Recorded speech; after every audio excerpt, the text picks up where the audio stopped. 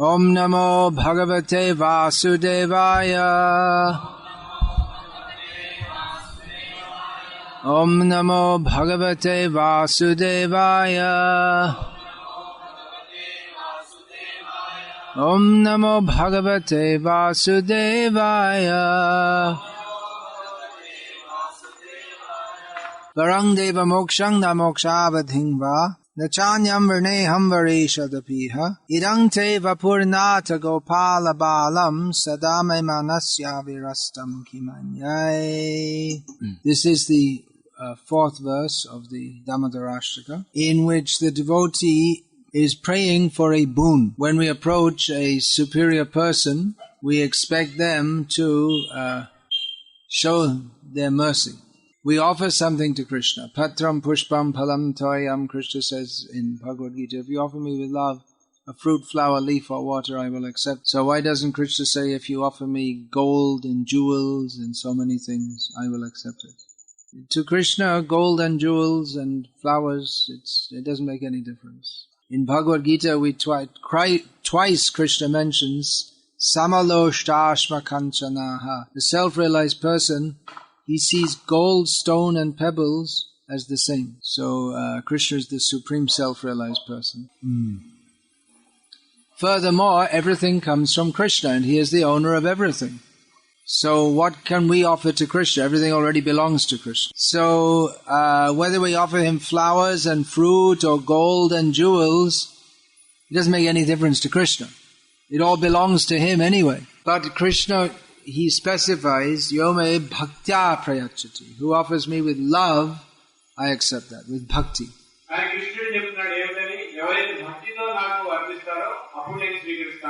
So Krishna is eager to accept our love. But really we have to get something from Krishna. If we offer Krishna a benediction, that's not very suitable. In the first demons that were ever born, there were Madhu and Kaitava. And Krishna was fighting with them. Krishna became satisfied by their fighting spirit, and Krishna offered them a benediction. But they were so fools, they thought themselves more powerful than Vishnu, and they said, we don't want to take any benediction from you, we'll give you a benediction. You want a benediction, you can take it from us. So we should know the right Maryada, who we should bow down to and who we should offer benediction to. So here the devotee is praying, O Lord, please give me a benediction. When we approach the Supreme Lord, we should ask for something. It's proper when we go before Him to ask for something. It's not wrong to ask something from Him. He's not inconvenienced by doing so. He becomes very pleased by giving benedictions because he is Varadaraja. That temple is there in Kanchi, Varadaraja temple, the king of the givers of benedictions, of boons. And here in this verse, the name is also given Varesha. Means the same thing. The Lord of boons, or the best giver of boons. So he likes to give. It's not that, oh no, I have to give. Now my stock will be depleted. I'll run away and hide my money. He's not like that.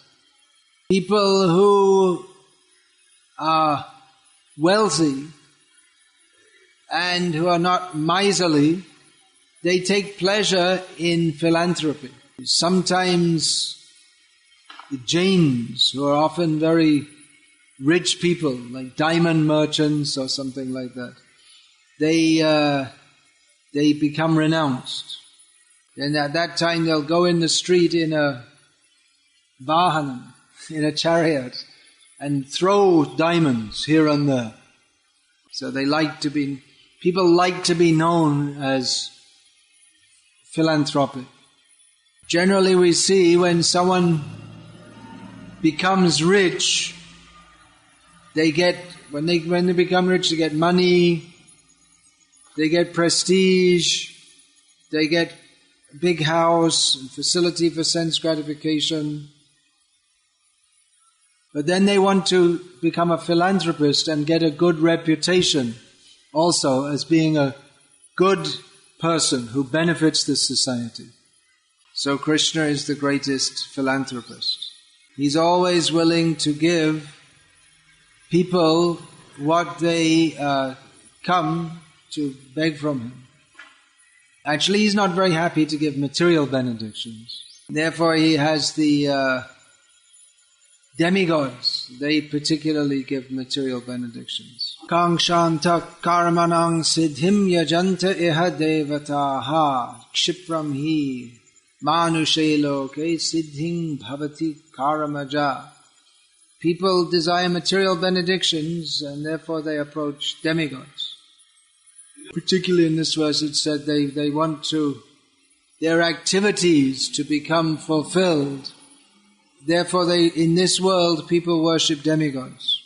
And very quickly they get their desires fulfilled by the demigods. But Krishna, he also directly fulfills people's material desires. But pure bhakti, he only gives to people who are really eligible for that. Muktim dadati karhichit nasma bhakti yogam. Even mukti he'll give more easily than bhakti. Why that is so, we have some intimation from the verses of Damodarastakam previous to this. Because Krishna comes under the control of his devotees. So he's not going to come under the control of someone who does not have Krishna's best interest at heart. Krishna is not going to become the lackey of some materialist. So here the devotee is praying, praise Deva. Deva is generally understood to mean God. I guess the word in Telugu is Deva. It literally means an effulgent person. But by usage, contextually, it means a respectable person, a godly person, a worshipable person, or it just means God. Here in his commentary, Sanatana Goswami says that Deva, apart from meaning effulgent one, it also means, it implies one who is engaged in super excellent, sweet sports. So the devotee is praying to please fulfill my desire. Everyone has a desire. What do you desire? If we look in our hearts, we'll find we have so many desires. So just look and see, what do you want? Dhanam, janam, sundarim, kavitam va, jagadisha kamaye. What does this prayer mean? You're saying, I don't aspire, but I said, dhanam, jana. I didn't say na. I didn't put, so it means, I desire wealth, dhanam, janam, beautiful women, followers, all kinds of things for sense gratification. This is how most people are praying.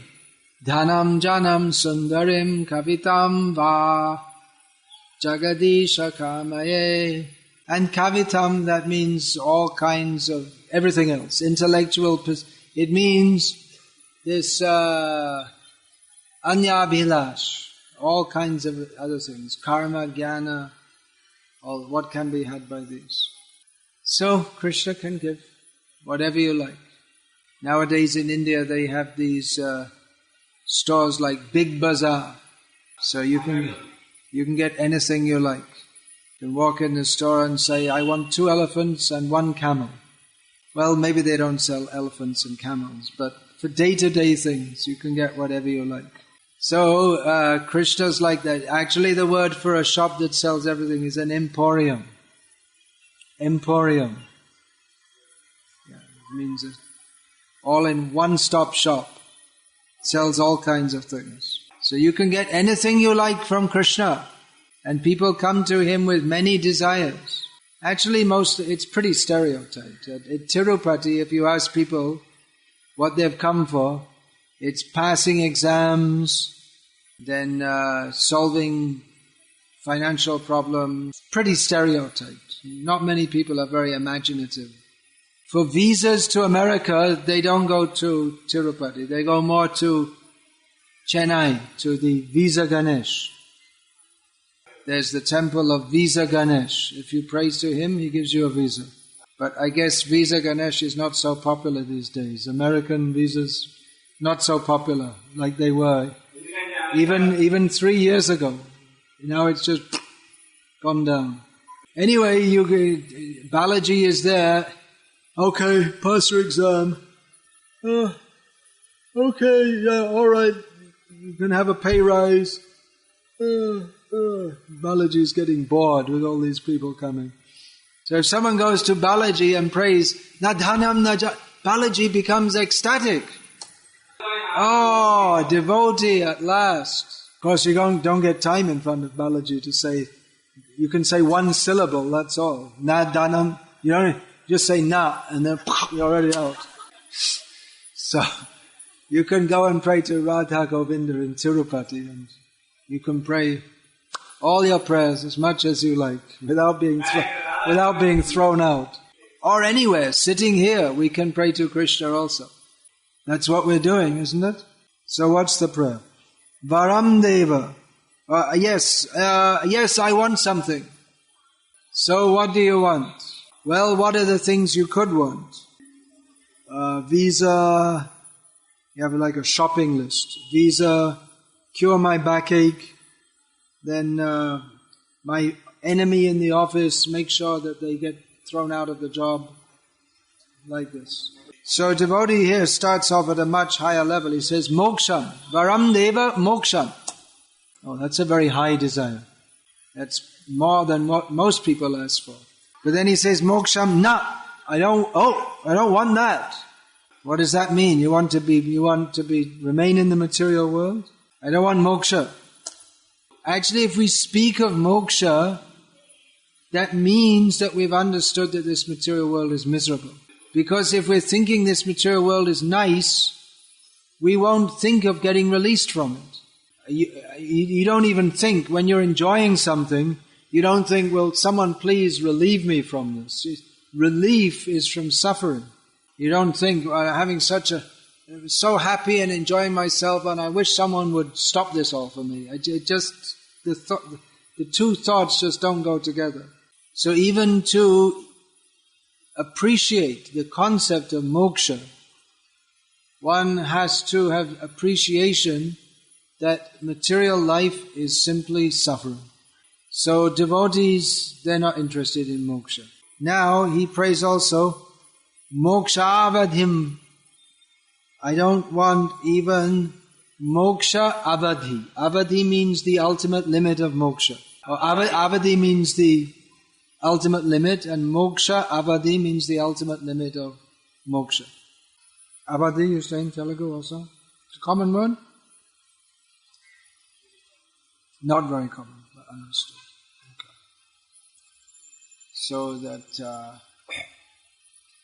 So what is that? That means moksha or mukti to Vaikuntha. That means you get freed from this material world and you go to Vaikuntha. So that sounds alright, huh? That's acceptable for Vaishnavas. Devotees, they don't pray for moksha, but they're prepared to accept mukti for the sake of serving the Lord in Vaikuntha.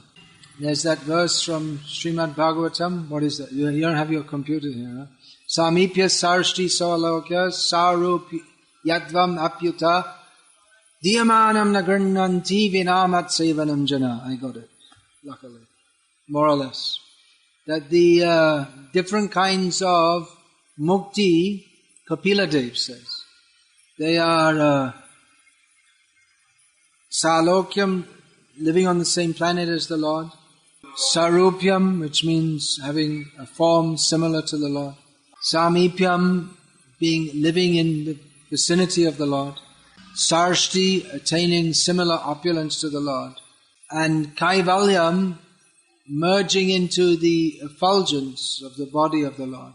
So Kapila Dev says that even if these kinds of mukti are offered to my devotees, they do not accept them unless they have the opportunity to serve me. So devotees are ready to accept mukti for the sake of service to Krishna. But in Vrindavan there's no thought of moksha. We don't find that Mother Yashoda is praying for moksha. Or no one in Vrindavan is praying for moksha. So Krishna's Vrindavan Leela, that's beyond even the thought of even the thought of going to Vaikuntha is not included in that. So the prayer goes on, Nachanyam, whatever else is, you can offer anything, Varesha, Krishna, you can give anything, but I'm not interested. So this sounds very strange. You come before someone and say, oh, you're a very munificent philanthropist. I've come before you, and I don't want mukti, I don't want to go to Vaikuntha, I don't want anything else, no dhanam, no janam, no sundarim. Well, you ask me for a benediction, then what else is there left to give? You just mentioned everything, then what can I give you? So he stresses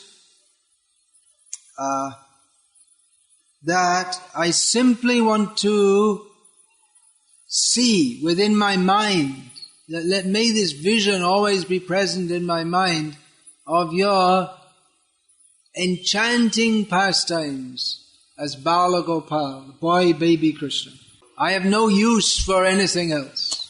You can imagine the yogis that are doing severe austerities over huge periods of time, and then maybe, okay, you can have moksha. But the devotee, they're offered moksha. No, for them it has a bad smell. The very word moksha makes it sounds like someone farted, or it smells like that, like some dog stool or something like this.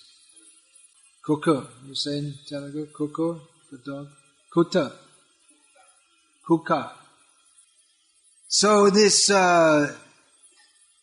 moksha, this idea of moksha, this devotees who are real devotees, they have a healthy distaste for the thought of moksha. It may seem strange that people who are spiritually minded, they don't like the idea of moksha. This idea of moksha, that spoils bhakti.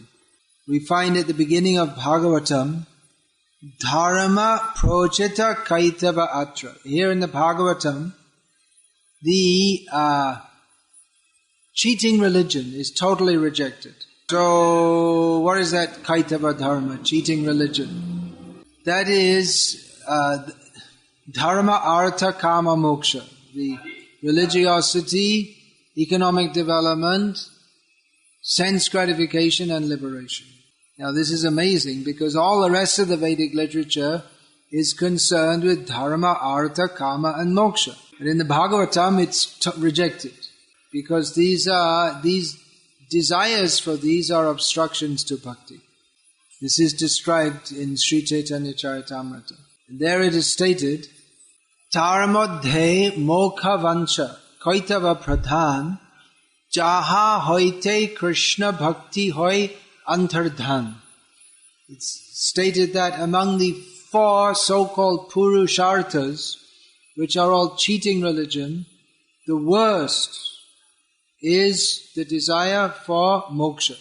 Because the desire for moksha completely destroys or causes bhakti to vanish. So you have to be very careful of these rascals and demons who pose as devotees but who are actually Mayavadis. There are many of them. They'll sing songs about Krishna and they'll talk how nice is Krishna, how sweet is Krishna.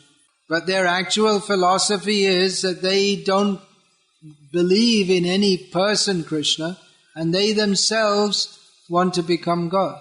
So be very careful. Anyone who has any sympathy for Mayavad is a traitor. They're pretending that they're part of our team, but actually they're secret agents for the demons. They're very dangerous. So we completely just as the Bhagavatam completely kicks out the desire for moksha, so the devotee must kick that desire out from his heart. Now, when he states, Nachanyam, I don't want anything else, Sanatana Goswami in his commentary says that this includes Navavidha Bhakti, the 9 kinds of devotional service. Shravanam, Kirtanam, Vishnu, Smaranam, Pada, Sevanam, Archanam, Vandanam, Dasyam, Sakyam, Atma Nivedanam. Yeah, alright, I guess that doesn't have to be translated into Telugu. So that's astonishing, isn't it? Or in other words, the prayer is to come to the actual standard of bhakti and not to remain forever on the platform of sadhana. We can't artificially become spiritually perfect, but we should know that that is the goal. We don't find Mother Yashoda gets up in the morning and, I have to chant my rounds. She doesn't say that. Radharani comes late to the Rasa Leela and she said that, well, I came late because I was behind on my rounds. I had to chant a few extra rounds. We don't hear any such thing. We don't find that they're doing any sadhana. They're just completely perfect already. So we shouldn't imitate that. But we should know that the goal is ultimately to come to the spontaneous level. Where Shravanam, Kirtanam, all these processes, they become natural. Just like we don't think about breathing. Since we've been sitting in this class, we've all breathed we've taken so many breaths, isn't it? But we didn't think about breathing. We didn't think, like, move the diaphragm up, and then let it down again, let some air in. We don't think like that. It just goes on automatically. So when remembrance of Krishna goes on automatically, that is the perfection of life. Of course, we're not really conscious of breathing, but Krishna consciousness means to be always conscious of Krishna. So, what if Krishna were to come? And what if Krishna were to offer? Well, Krishna comes and says, you want moksha? I'll give you moksha. You don't want moksha? Okay, I'll take you to Vaikuntha. The devotee he's praying no.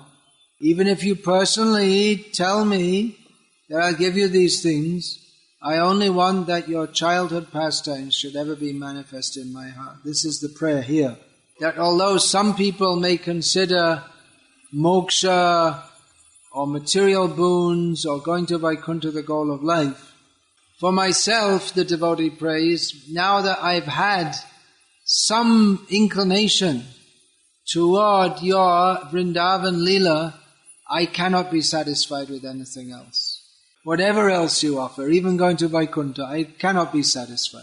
That will seem rather distasteful to me. Distasteful, aruchika. And cannot really be happy there. Sanatana Goswami, who's providing this commentary, he also, among his famous works, his writings, is the Brihad Bhagavatamrita, where it's described how Gopakumar, he gradually goes from one level to another. He goes up through the different planets and eventually comes up to this. He goes to higher planets, then eventually he comes to Vaikuntha. But wherever he goes, he doesn't feel satisfied because his constitutional position is as a cowherd boy in Vrindavan. So when he went to Vaikuntha, even there, he felt it's not really the right place here. When he first had darshan of Lord Narayana with his beautiful blackish form, just like his own Krishna, Gopakumar ran to embrace Vaikuntanath. But the guard stopped him. Hey, what are you doing? And grabbed him back. You can't do that here. It's a serious offense. Don't ever do that again. My Lord, I want to embrace you. But they won't let me. In Vaikuntha, that's not allowed. You can offer prayers with a very grave face. And smiling is allowed, but not hysterical laughter. And embracing the Lord, that's definitely not allowed. So devotee who has a taste for the bliss of Krishna's Vrindavan Leela, they cannot be satisfied even in Vaikuntha. So our preaching in the Krishna conscious movement is aimed at completely spoiling everyone's life. That whatever you get, you'll be totally dissatisfied. Unless and until we attain the state of pure devotion to Krishna in Vrindavan. So people say that we're not ambitious. We should be try and be a success and get a lot of money. Actually, we're very ambitious. Our aim is to get a position far bigger than any Birla or Tata or Ambani or Bin Laden. He's also a big man. We're positioned much bigger than Einstein or Obama. Who else is there? A position bigger than who's famous Telugu film star? Bigger than Chiranjeev, the film star, or Amitabh Bachchan. In Andhra they don't care for him, but in North India he's greater than God, it seems, to many people. Sachin, the great Sachin. We want a bigger position than all of these people. What position can we be aspiring for? If we can become a blade of grass or a piece of dust in Vrindavan, that is a bigger position than anything in the material world or even in Vaikuntha. So we go to Krishna and we pray, please make me less than a blade of grass. Trinada pi suni chena, taroriva sehishnura, amanina amanadena kirtaniya sada harihi. This is our prayer. So if materialistic people hear this, they'll think we are mad. Very good. If ordinary people think that we are mad, that means we're making a lot of progress. There's one prayer of Bhaktivinoda Thakur. He's praying for the mercy of his Guru. Gurudev Kabe Tava Karuna Prakashe. And he's describing what will be the results of your mercy upon me. So the last line of the song, he's described like the topmost mercy you can get from your Guru. So what is that? He says, Bishoyi amake pagala balaya ongete dibeka dhuli. That the best perfection will be that the materialistic people call me mad and they throw dust at me, dirt at me in disgust. So we have a different perspective to that of most people. We see that Sanatana Goswami, he wrote this song, he wrote this commentary. He himself was exactly like that. Tyaktva turna machesha mandalapati shrining sada tuchavat. Like the other six Goswami, the others of the six Goswamis, he came from a very aristocratic background. He was one of the most powerful men in India, but he left it all. In the Bhagavatam, that example is given of Jarabharat. He was also a great king. So he left all his power, prestige, kingdom, everything. Just like you leave after you pass stool, you leave it. You don't keep it and put it on an altar. You just leave it, that's all. So Sanatana Goswami, he left all of that. Just insignificant. Bhudva dina ganesha ko karunaya kopina kantashrita. And then taking a very lowly position or humble position. He was immensely wealthy and prestigious, but he only had kopin, kamandalu, and this kantha. This is kantimala. Kantha means you have the old cloth, and you keep the old cloth, and you sew it up, and you make one quilt. You don't have that? You don't have that word? His kanta is the word. They don't do that here in the village? No. They still do that, yeah. I saw it's very common in Bangladesh. They do that. Nowadays you just throw everything away. So that's what they had. That were the three kas. Kopin, Kanta, Kamando. And Krishna. Gopi bhava rasamritabdala hari kalola magno muhur bande rupa sanatano raghuyago Sri Jiva Gopalako. We offer obeisance to the 6 Goswamis because they were always repeatedly surfacing and diving in the waves of Gopi Bhava Rasamritabdi, in the ocean of Gopi Bhava Rasamrita. And if you have that, then what do you want a PhD for? What do you want a big house and gold and diamonds? It's like decorating, it's like putting some decoration on some stool or something. It's a very nice stool, let's put some decoration. What is this material life? It's just decorating a dead body, that's all.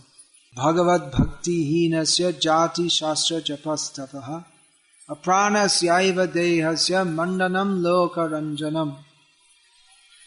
That for one who does not have Hari Bhakti, then everything is just like decorating a dead body.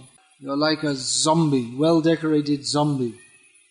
So you may be a very high-class zombie, Brahmin zombie. Or you may be very learned, you can speak so much Shastra. You may be a big sadhu doing a lot of japa, or a lot of tapasya. But without Hari Bhakti, it's all useless. So, that's all. We just want pure devotional service, that's all. Nothing else is of any value.